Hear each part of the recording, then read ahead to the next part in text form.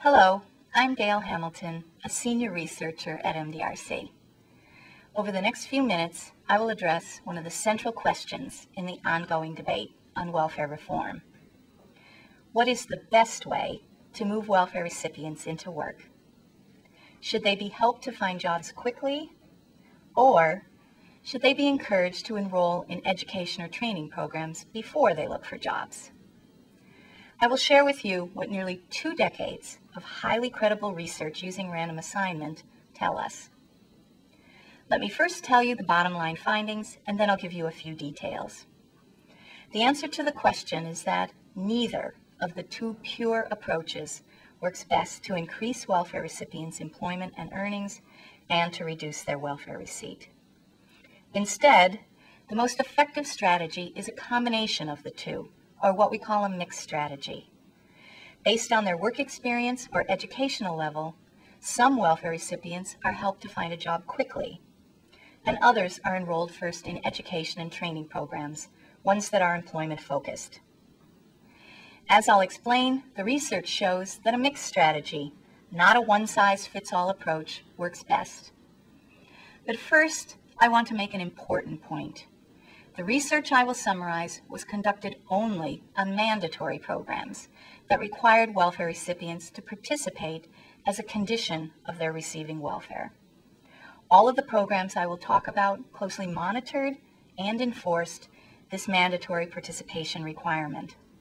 This research did not study programs that allow people to enroll voluntarily in education or training, such as in community college classes. Now, let me turn to the evidence on what works best in mandatory welfare to work programs.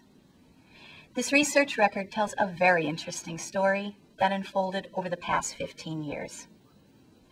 The story has 3 chapters. The first chapter begins in the early 1990s in Riverside County, California. As part of a 6-county welfare study MDRC did for the state of California, we found that Riverside County operated the most successful welfare to work program that had been studied until then.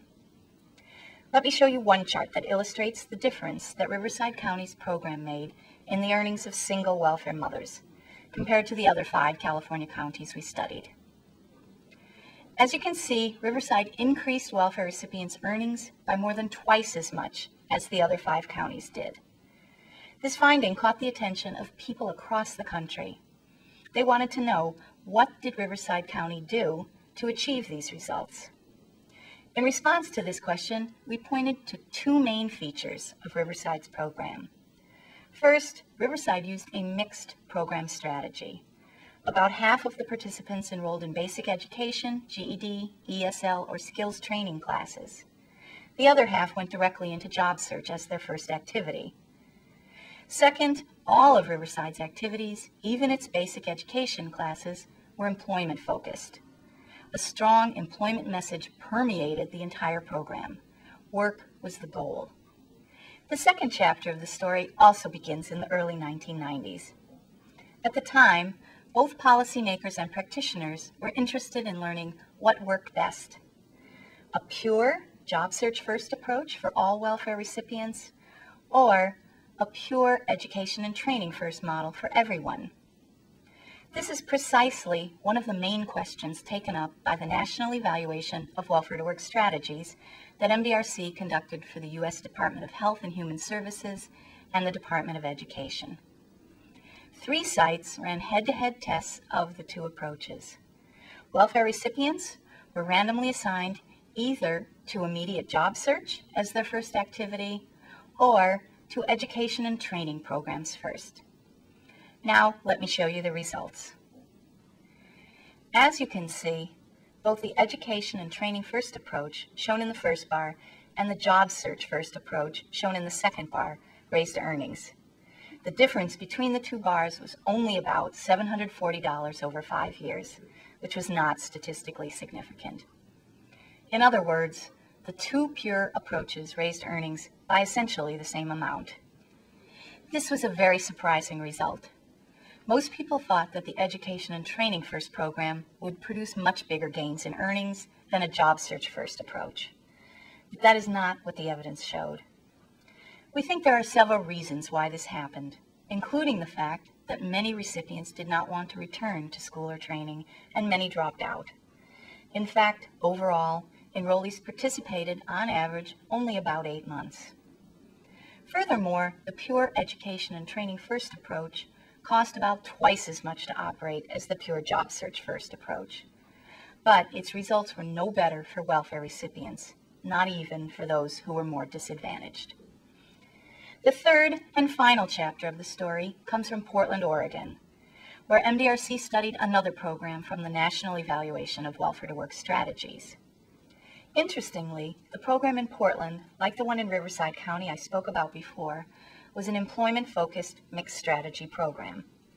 Portland also aimed to help welfare recipients get better jobs. When you compare Portland's impact on earnings to Riverside's, and then compare both of them to the pure education and training first approach and the pure job search first approach, you get a striking result. Earnings increases from both Portland and Riverside were more than double those from either of the pure approaches. So, the best available evidence shows that mixed strategies with an employment focus seem to work best.